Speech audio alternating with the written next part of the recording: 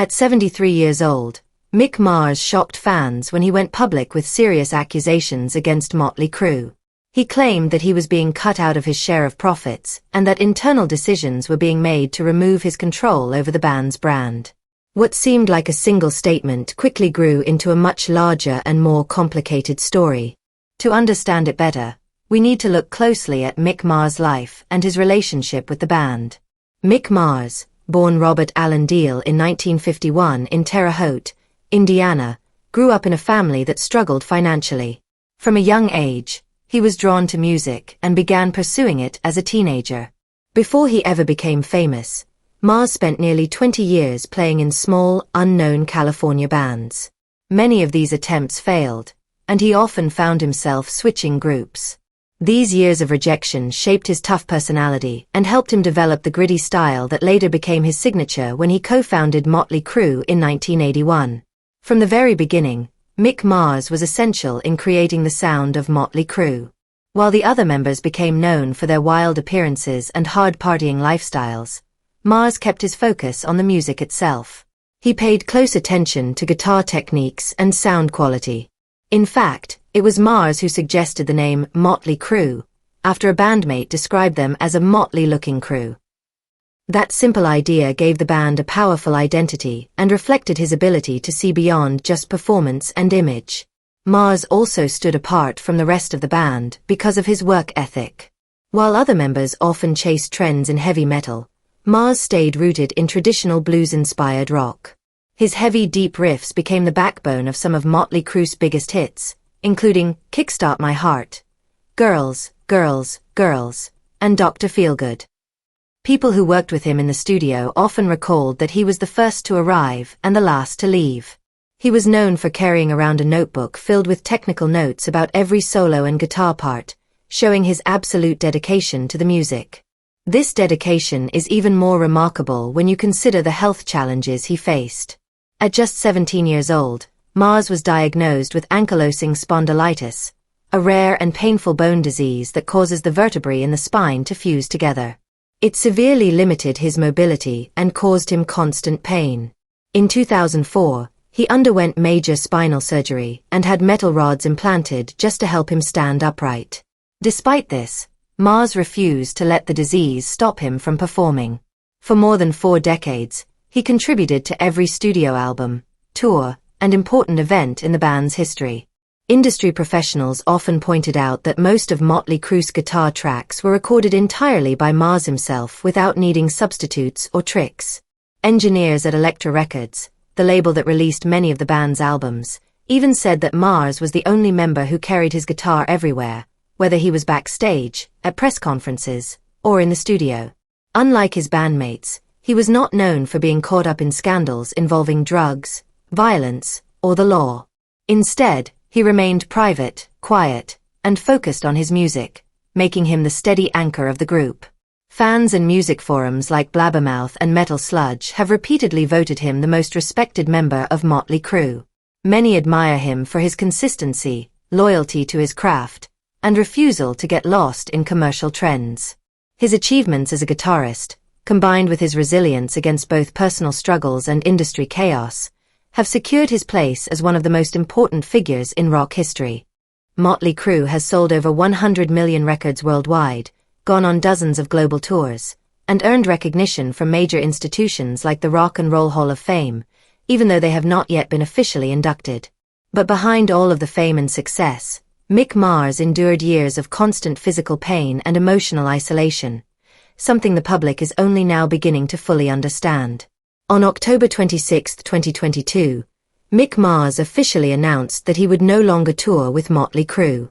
He explained that his health problems made it impossible for him to keep up with the physically demanding stage performances. However, his statement was very clear. He said he was not quitting the band. He emphasized that he was still an official member of Mötley Crüe and that he was only stepping back from live touring. He also made it clear that he was not giving up his share in the group's profits or brand. Major news outlets like Variety, Billboard, and Rolling Stone reported on his announcement, and the news spread quickly among fans.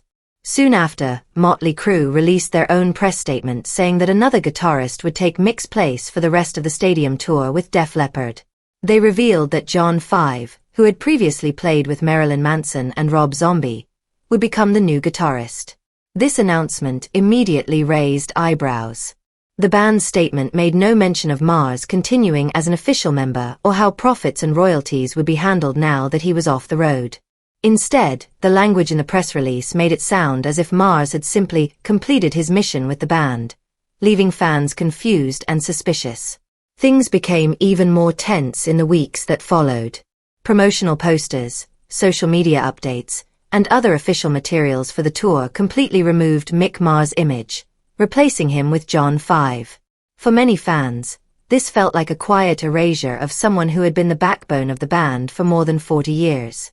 The replacement itself was controversial because John 5 had already been close to several members of Mötley Crüe, especially Nikki Sixx. Music outlets like Ultimate Classic Rock suggested that his joining the band may have been planned well in advance, hinting that Mars' exit was not as voluntary as it appeared. Reports also claimed that Mars was blindsided by how fast everything happened and that he felt he had been pushed out without being properly consulted. It's important to remember that within Mötley Crüe, Mick Mars always had a more independent role. He stayed out of his bandmates' personal dramas, business ventures, and side projects. This kept his image clean and professional, but it also meant that he often had less influence when it came to business decisions. According to people close to the band, Mars rarely attended financial meetings, which reduced his voting power in the group's internal decisions. Even though he still legally held a significant share of the Mötley Crüe brand, Mick Mars stayed quiet after stepping back from touring. He did not post on social media, refused interviews, and avoided band-related appearances. But by late January 2023, the press learned that he had privately met with lawyers in Los Angeles. According to Deadline, he was preparing legal action to defend his rights as a member of the band. This confirmed that he did not accept being sidelined and was planning a formal response. Meanwhile, the other members of Mötley Crüe continued promoting their tour with John 5. Nikki Sixx posted vague tweets about team spirit and the excitement of the new lineup but did not mention Mick by name. Tommy Lee shared rehearsal photos with John 5, while Vince Neil remained completely silent on the issue. To many fans, these actions seemed disrespectful toward Mars, who had been the group's most consistent member for over 4 decades. As the conflict grew more public, several veteran rock musicians stepped forward in support of Mick Mars. Dee Snider from Twisted Sister and Tracy Guns from LA Guns both criticized Mötley Crüe, calling the band's treatment of their founding guitarist a betrayal. Across the heavy metal community, discussions exploded. On Reddit forums like r/metalcore and sites like Blabbermouth, long threads appeared where fans and industry watchers debated the legal implications of Mars' claims. It became clear that this was no longer just a private dispute. The cracks within the band were out in the open for everyone to see. The real turning point came on April 6, 2023, when Mick Mars officially filed a lawsuit against Mötley Crüe in Los Angeles County Superior Court. This was the beginning of a historic legal battle unlike anything the band had ever faced before.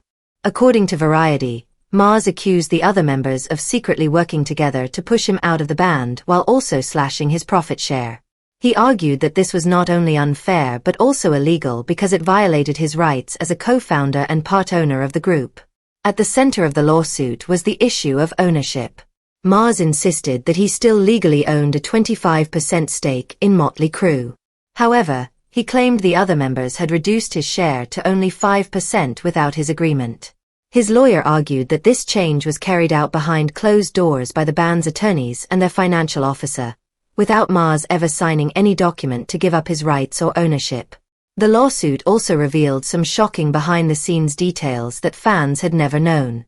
According to Rolling Stone, Mars claimed he was forced to go through humiliating tests to prove he could still perform.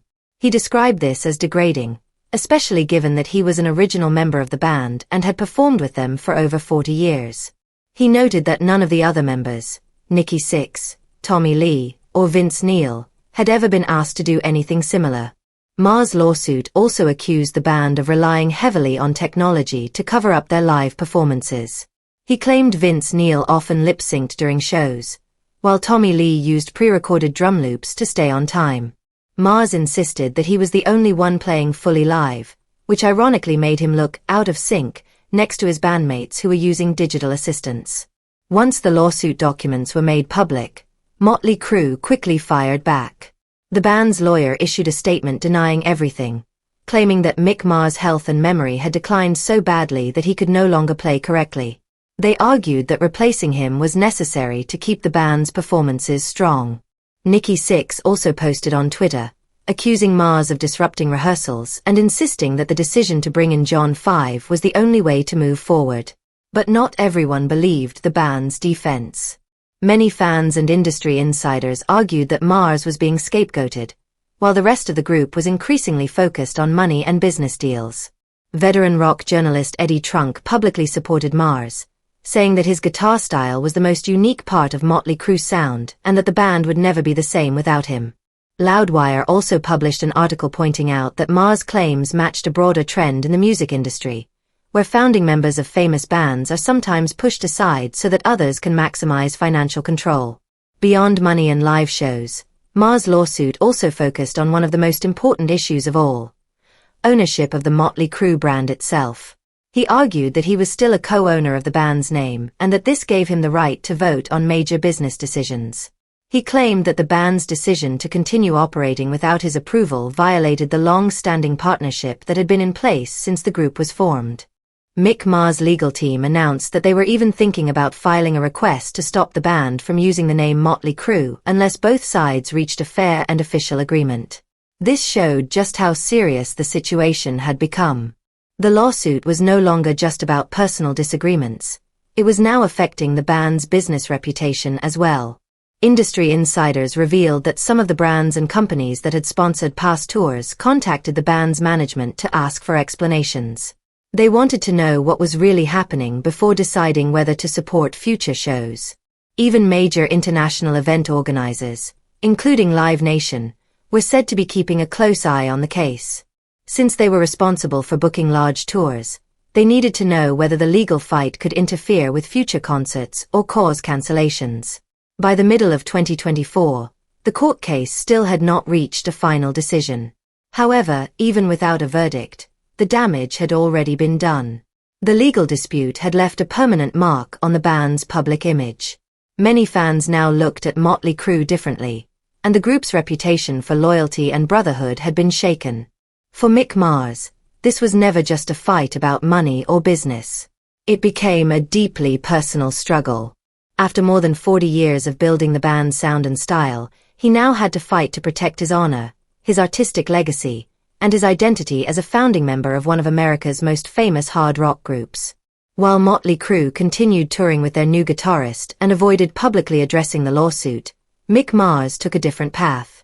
He did not respond with angry interviews or social media arguments.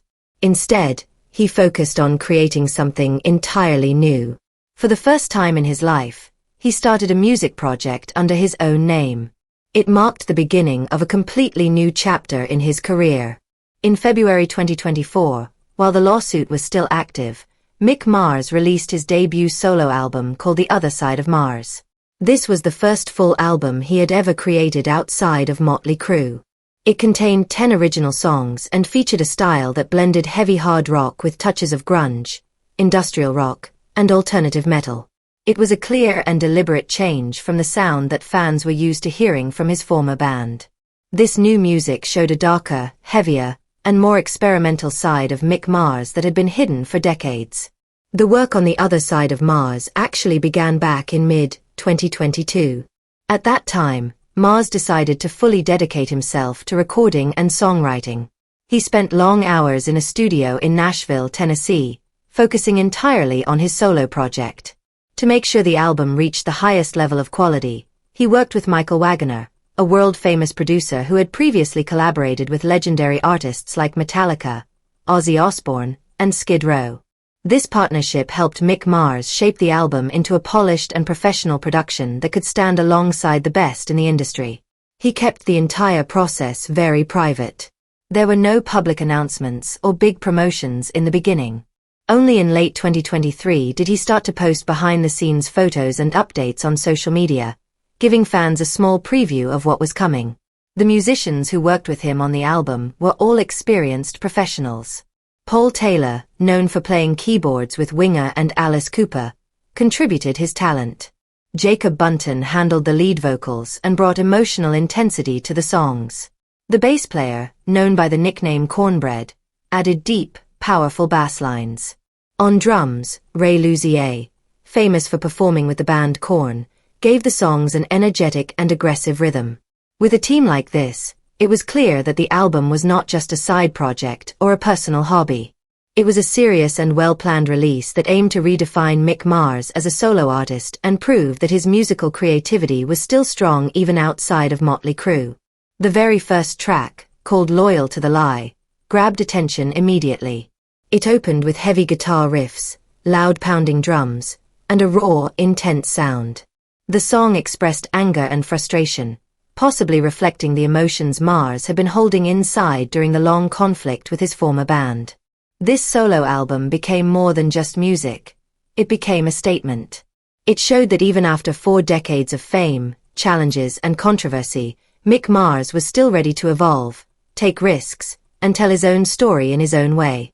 The journey was far from over. It had simply taken a bold new direction. The song Loyal to the Lie was seen by many critics as Mick Mars' direct answer to the accusations made by his former bandmates. Instead of issuing long public statements, Mars chose to express his feelings through music. In an interview with Guitar World, he explained it simply, "I don't need to write a statement. I just let the guitar do the talking." His guitar became his voice, channeling all the frustration, pain, and defiance he carried inside. The rest of the album carried similar themes. Tracks such as Killing Breed, Right Side of Wrong, and Ready to Roll focused on betrayal, standing tall against opposition, and asserting one's identity despite attempts to silence it. These songs were not only heavy musically but also emotionally charged, reflecting Mars' inner battle during the difficult years of his departure from Motley Crue. Critics praised The Other Side of Mars for its raw honesty and fresh energy. Kerrang! Magazine called it the most personal and revealing work Mars had ever created. Loudwire emphasized that while his signature guitar style was still recognizable, the album placed it in a darker, more modern, and aggressive soundscape. Popular YouTube music channels, including Anderton's Music Company and Rick Beato's analysis platform, broke down Mars' solos note by note. Their detailed reviews highlighted that even at the age of 73, Mick Mars' technical ability remained at an elite level, something few guitarists could achieve after such a long career. Fans responded with overwhelming enthusiasm. Within its first week, the album climbed to number 5 on the iTunes Rock chart and reached number 18 on the Billboard Top Rock Albums list. What made this success even more impressive was that most of the purchases were physical copies, vinyl and CDs, rather than digital downloads. This showed the deep loyalty of Mars' fanbase, who wanted to support him directly and own a tangible piece of his music. On rock forums like Reddit and in dedicated Facebook groups, fans described The Other Side of Mars as one of the strongest rock albums released that year. Despite the album's success, Mars made it clear that he would not be touring to promote it. His health, particularly his long battle with ankylosing spondylitis, made it difficult to endure the physical demands of extended live performances. Instead, he revealed that he would focus on releasing remix versions of certain tracks and creating a behind-the-scenes documentary to show how the record was made. In an interview with Metal Edge, Mars explained his reasoning with a simple truth. "I don't need the stage. I need the studio. That's where I truly live." Looking to the future, Mick Mars confirmed that he was already working on a second solo album, planned for release by the end of 2025. Unlike his debut, this project would experiment with a more electronic tone, blending elements of ambient and industrial rock. Mars also revealed that he was collaborating with a rising female artist from the alternative scene, though he chose not to reveal her name yet. His vision was clear. He wanted to keep evolving, challenging himself, and creating music completely free from the shadow of his past band. The Other Side of Mars stood as more than just a collection of songs. It became Mick Mars' artistic manifesto, a declaration that he did not need the fame or the brand of Mötley Crüe to stay relevant. While many musicians from his generation leaned on nostalgia tours or retirements, Mars chose the harder but more rewarding path, carving out his own independent identity. The unexpected success of his debut solo project re-established his position as a respected veteran of rock. Following the release, Mars began to step out of his usual reserved and private nature. Throughout 2024 and into early 2025, he granted a series of interviews, slowly becoming a more open voice in the rock community. In these conversations, he not only discussed his music but also shed light on long-hidden tensions and conflicts inside Motley Crue. This new openness reached a peak in June 2024, when Rolling Stone featured Mick Mars on its cover. In that interview, he finally admitted openly that he felt deeply betrayed by the very co-founders of Motley Crue, the people with whom he had built the band from the ground up. For fans, it was a moment of truth, spoken by a guitarist who had once stayed silent but was now ready to share his side of the story at the age of 73. Mick Mars once described his experience by saying, "I was drained like a broken machine and then thrown away. That's not how brothers treat each other." Those words captured the deep disappointment he felt when reflecting on the final chapter of his time with Motley Crue. In interviews with magazines such as Guitar World, Classic Rock, and Music Radar, he spoke openly about the pain of being pushed aside by the band he had helped build. What stood out, however, was his refusal to attack anyone personally.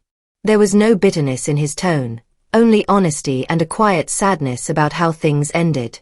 When asked whether he would ever consider reuniting with Motley Crue, Mars didn't completely shut the door. But he made it clear that if it ever happened, it would not be for money, contracts, or festivals. He explained, "If one day we play together again, it has to be for the music, not for a contract or a festival lineup." That statement quickly spread across music news outlets, as it highlighted the sharp contrast between his values and the band's current direction without him. Since leaving the stage, Mick Mars has focused on rebuilding his life in more personal ways. Living quietly in Nashville, he spends much of his time doing physical therapy to manage his health while still practicing guitar every single day.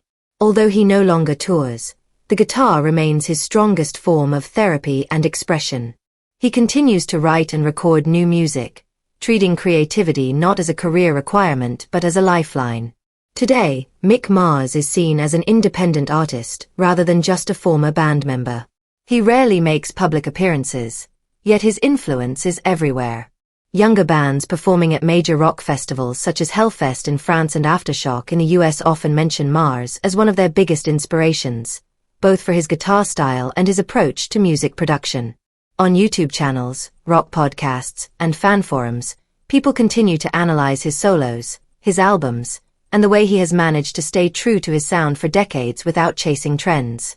As his 75th birthday approaches in 2026, some veteran music journalists have even suggested nominating him for the Rock and Roll Hall of Fame, not just as a member of Motley Crue, but also as a solo artist in his own right. According to Music Business Worldwide, Mick Mars' reputation has only grown stronger since the lawsuit. To many fans, he represents qualities that the music industry often forgets: honesty, integrity, and long-term artistic dedication, rather than flashy glamour or short-lived fame. Despite this growing recognition, Mars himself rarely talks about awards or public validation. In a conversation with Metal Hammer at the end of 2024, when asked how it felt to finally tell the truth about his experience, he answered simply, "I didn't speak to win. I spoke to stay true to myself." For now, Mars remains silent about whether he would ever rejoin Motley Crue. Legal negotiations are still quietly ongoing, but no details have been released. In the meantime, he is fully focused on his own music, promising to share updates only when he feels mentally and artistically ready. Though no longer standing under the bright lights of a packed arena, Mick Mars continues to hold his place as an irreplaceable figure in American rock. At 73, he has not faded into silence. Instead, he is writing a new chapter, one defined not by conflict, but by the sound of his guitar and the strength of his truth. So, what do you think about Mick Mars' revelations? Share your thoughts in the comments below. And if you enjoyed this story, Don't forget to subscribe and hit the notification bell so you never miss our latest videos.